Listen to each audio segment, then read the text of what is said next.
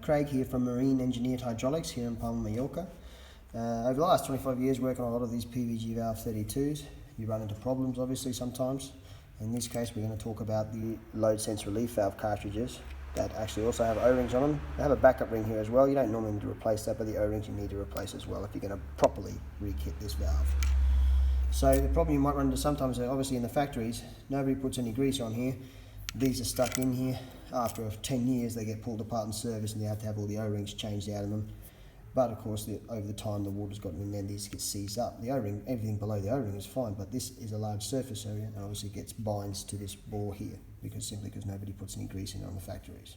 Oh, by the way, if you get a new one of these before you install it into your client, make sure you get the right, you need the right spanner for this obviously too. This is actually a Danfoss spanner. It actually has a hex shaft on, obviously I've adapted it to a socket.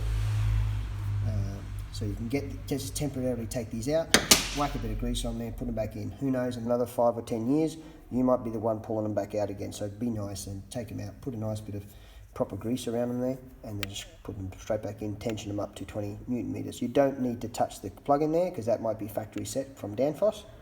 You might have ordered it yourself, it's factory set from Danfoss. You don't have to take that out. The good thing about these spanners, special Danfoss spanners here, is that you don't need to actually remove the plug in this case. So just take these out briefly, put a bit of grease on, put them back in, tension them up to 20 Newton meters, plus or minus 3 Newton meters, you're done. And the next 5 or 10 years, you or someone is going to have a lot more easier time getting these out and re-kitting it. So now you come to our problem here. This one's completely seized in, as you can see here. In this case, this plug doesn't even come out. It's completely seized in there, so we've got to get this cartridge out. This is basically when you also have to take these cartridges out just to replace the O-ring, but in this case we've got to get it out because it's completely stuffed and we need to replace it basically. So this is why I've adapted this tool to this socket, that's for a special reason as well, as it acts as a secondary tool. Now make sure you get your seal picks here. Make sure all this area here is completely cleaned out because that'll have obviously gunk sometimes. They normally should have plugs, but occasionally the plugs have come out or someone's taken them out and lost them, hasn't put it back in, then shit builds up here, paint, whatnot. So you've got to obviously clean out these little teeth here, clean out this little recess here, which this small area is going to enter into here, just here, okay? And then basically we're just going to get it to lock into its position there. It's got 4 little tangs on it there on the outside, so you just find that position, get that in there. Okay, that's in there. And then what we're going to do is get a copper hammer. I know this sounds a little bit rough, but that's why we're using a copper hammer. We're using this part because this tool is we can also use it as a slide. Now it's an expensive tool, so you want to be careful with it still though. But because it's got the exact size, it's going to sit in that reset. You're not going to have to make up a special tool. Hence why I put it on the socket, because it's going to act also obviously to work with my breaker bar, obviously to remove it, it's a bit easier. But also it also acts as a slightly small punch to help release these tough ones sometimes, because sometimes they just get a bit stuck. 1 or 2 taps and it's done, and she comes out. So let's go take it over to our lovely friendly bit of a block of wood here. We've got stand up here. There's our copper hammer waiting. So basically, all we're going to do is put this in this hole here, like that, and then we're going to give it a couple of small whacks. I'm going to see if I can just put the camera in here. On masking tape, there we go, that's done the job. Alright, so I'll just try and get this a little bit closer so you can see a bit better. And basically that's why we're using a copper hammer here. Alright, so that's obviously not going to put too much shock through it. It's the copper is obviously it's a lot softer, but you get a nice good blow. Use the copper hammers because it transmits energy very well. You can get those rubber hammers as well, but with the buckshot inside them, but you're not going to get the same energy transfer with the copper hammer. The copper hammer is softer and obviously will less than risk any damage to that in here, which we don't want to do obviously. Simply just a few whacks on this one here. Try and stabilise as best as you can. You just put your fingers down here, watch you don't touch, whack your fingers obviously.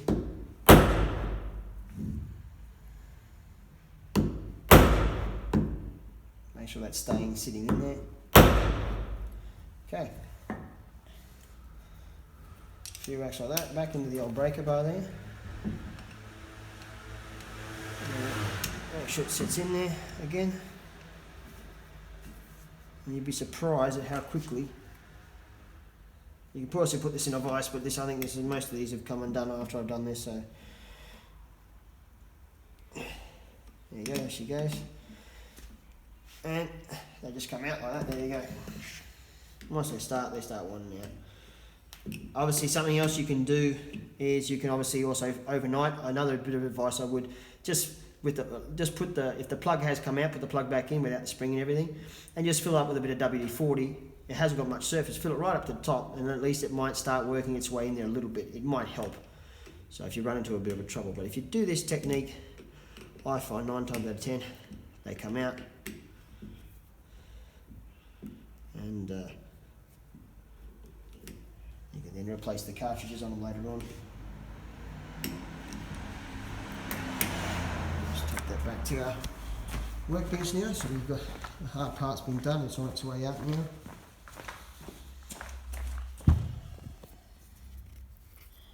There she goes, she screws right out. Get your new cartridges, and away you go. Now, like I said, you can also apply this technique to if you've got new cartridges in there and they're not damaged and you don't need to replace them. Also, by using that Danfoss tool as a slight punch, obviously you're not going to deform this area too much here. Don't go too overboard with whacking it. Like I said, that's why I'm using a copper hammer, because it has a little bit of give.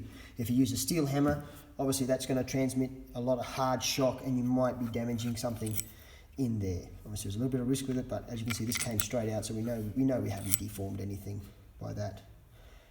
And get new cartridges.